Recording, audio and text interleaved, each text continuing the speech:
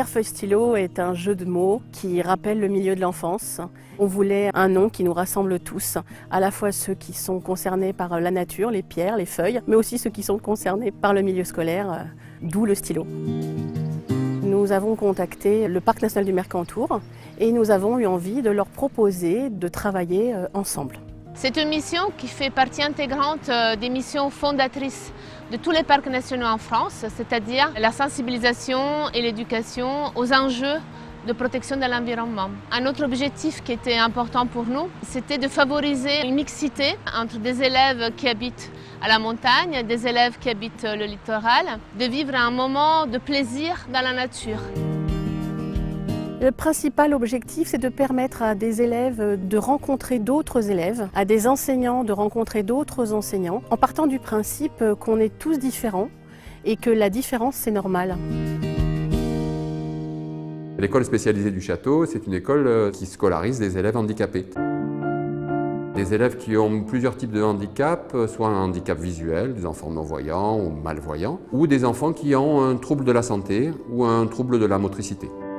Le projet Pierre-feuille stylo, c'est un projet qui a été porté par une de nos enseignantes, Madame Amar, mais qui participe aux actions que nous mettons en place dans cette école depuis de nombreuses années, qui permettent de mélanger nos élèves avec des élèves qui n'ont pas de handicap. Le gipette barbu, il vole dans les airs, comme ça, il se balade dans les montagnes du Mercantour, vous voyez.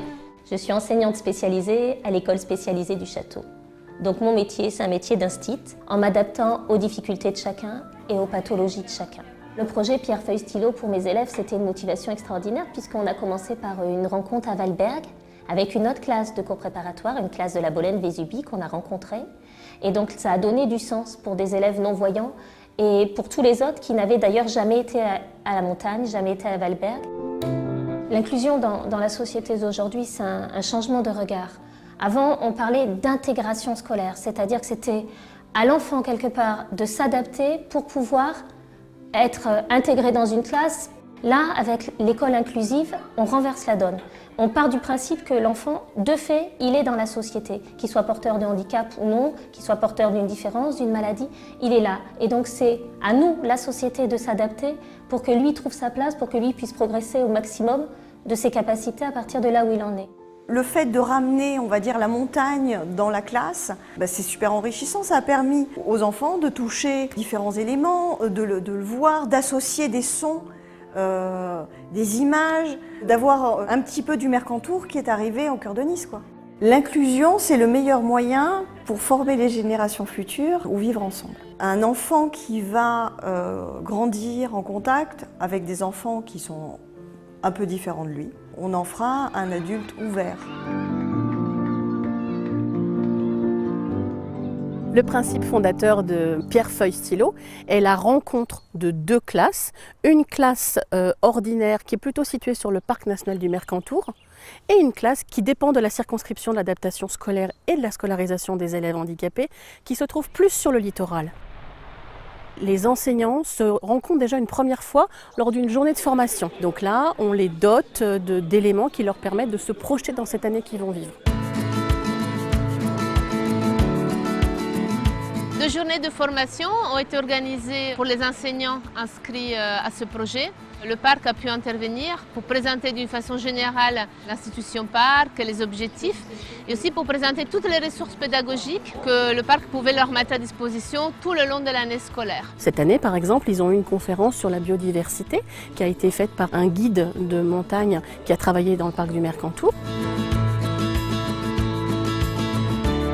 Ils ont été initiés à la pratique du torbal et ça leur a permis après de se dire tiens, on va pouvoir le faire en classe.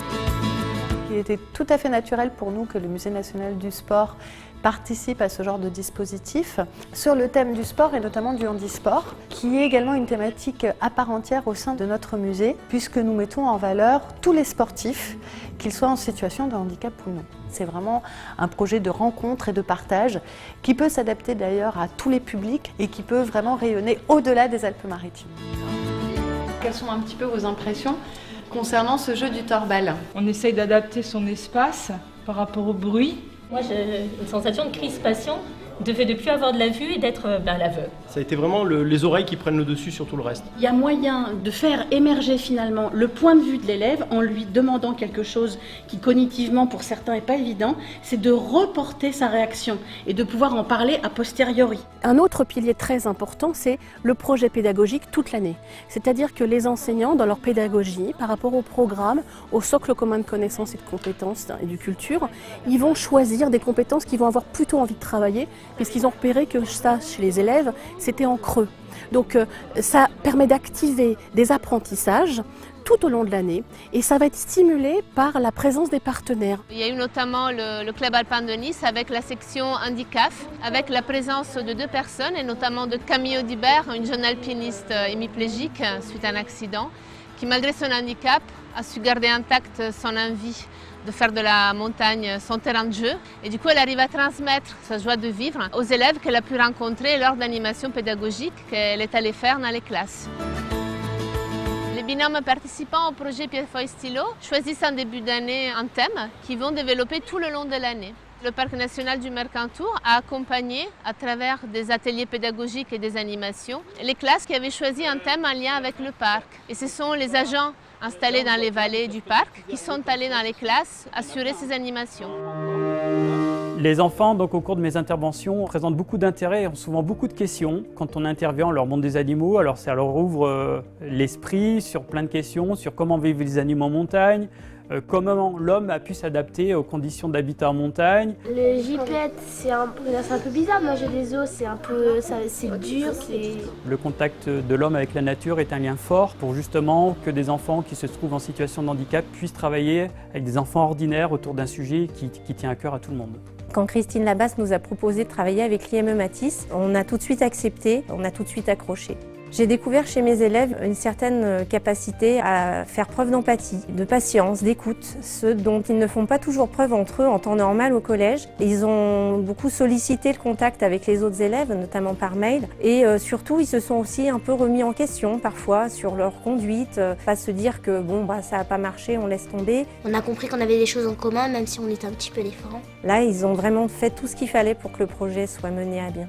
Moi, le plus beau souvenir, c'est quand on s'est rencontrés pour la première fois. On a vraiment exprimé beaucoup de trucs. On a mangé ensemble, un pique-nique et tout. On était tout le temps ensemble, on n'arrêtait pas de parler. On s'est dit oui, ils ont des problèmes et tout.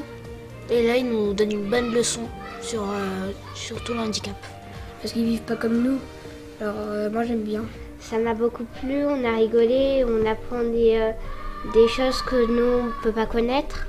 Si jamais on me propose de refaire le projet Pierrefeuille-Stylo, moi avec plaisir j'aurais accepté parce que comme ça j'aurais peut-être la chance de re-rencontrer mon ami.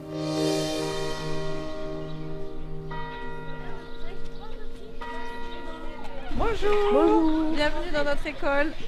On peut changer le regard sur l'autre quand on apprend à le connaître. Parce que finalement, cette différence, elle est normale, elle est fondatrice, elle est constitutive de notre humanité. Et on déplace un peu nos représentations. On a fait sur les souris, les abeilles et le Canada. On est amené à devoir finalement repenser notre façon d'accueillir ces élèves avec les partenaires associatifs, avec les éducateurs, avec les structures qui sont des structures professionnelles aiguisées. On a toutes les chances que chacun trouve sa place. Et donc là, Enzo, il va vous donner les consignes de sécurité pour la marche, ce qu'on va devoir respecter pour tous marcher ensemble. Alors en Italie, le mot handicap n'existe plus. On parle d'élèves ou d'enfants ou de jeunes autrement habiles. C'est-à-dire qu'on reconnaît à la personne une habilité qui est différente de celle ordinaire. Ce que moi j'ai eu comme retour aussi de la part des jeunes élèves, c'est qu'ils découvrent finalement la différence comme quelque chose qui est complémentaire, en plus par rapport à ce qu'ils connaissent déjà. Nice, c'est ici.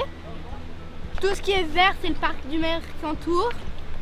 Après, il y a en Italie, il y a un autre parc naturel.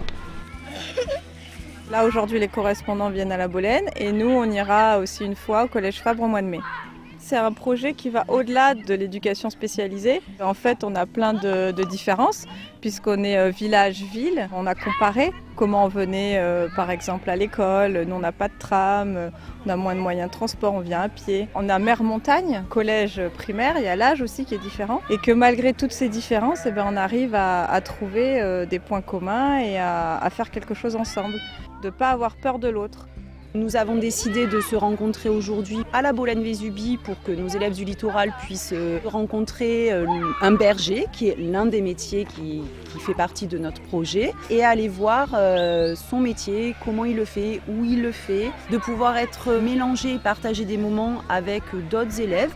Même nous, on se posait la question, puisque ce sont des collégiens en SECPA qui ont des grandes difficultés scolaires, quelles allaient être leurs réactions d'être en binôme avec une classe du CE1 jusqu'au CM2. Aujourd'hui, nous nous retrouvons une deuxième fois et des liens sont faits, même des très grands avec des beaucoup plus petits. C'est très positif.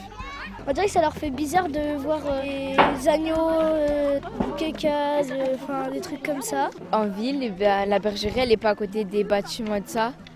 Elle est vraiment trop loin en vrai. Je ne sais même pas s'il y en a une en vrai à Nice. C'est touchant, c'est bien. L'objectif de la journée, c'est la rencontre de vos deux établissements et de vos deux classes. Donc on va former deux équipes, une équipe de 6, une équipe de 5. Et puis ensuite, on part vers les activités. Ce que je perçois, c'est que le projet est un accélérateur. Les élèves vont être davantage motivés, davantage autonomes, ils vont avoir envie de faire davantage de recherches, ils vont avoir envie d'être encore plus avec les autres.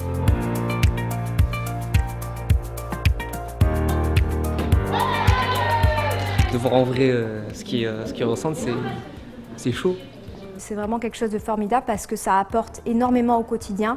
Ça permet une réflexion sur le handicap et d'ouvrir les yeux sur la différence et d'en avoir moins peur parce que souvent quand on ne connaît pas, ça nous fait peur et là du coup les élèves sont beaucoup plus ouverts maintenant envers les autres. L'école inclusive, c'est pas quelque chose qui est encore totalement acquis parce que quand on regarde la part quand même qui est relativement faible de jeunes qui seraient en situation de handicap, qui sont accueillis dans des établissements scolaires, elle est quand même infime, elle est quand même minime.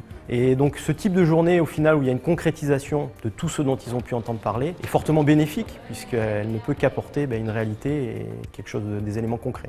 Si par exemple, eux, ils joueraient contre nous, ils seraient plus forts que nous, sûrement, parce qu'ils ont l'habitude.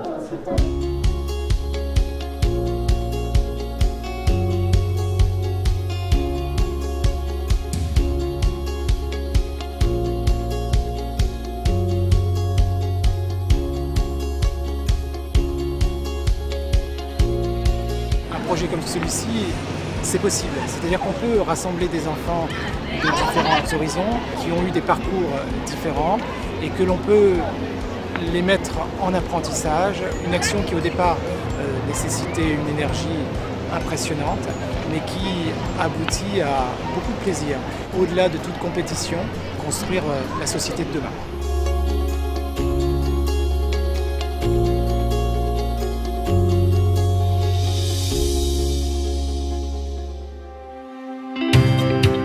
Qualifier une personne par rapport à ses manques, il me semble que c'est injuste. Et j'aime beaucoup cette façon de regarder la différence en se disant que ces personnes-là, elles sont capacitantes en fait. Pour moi, déjà, le fait qu'ils puissent jouer ensemble, se rencontrer, qu'ils puissent partager des moments tout simplement de plaisir, c'est déjà énorme. Si on pouvait regarder les gens avec plutôt leurs valeurs que leurs défauts, je pense qu'on changerait doucement le monde.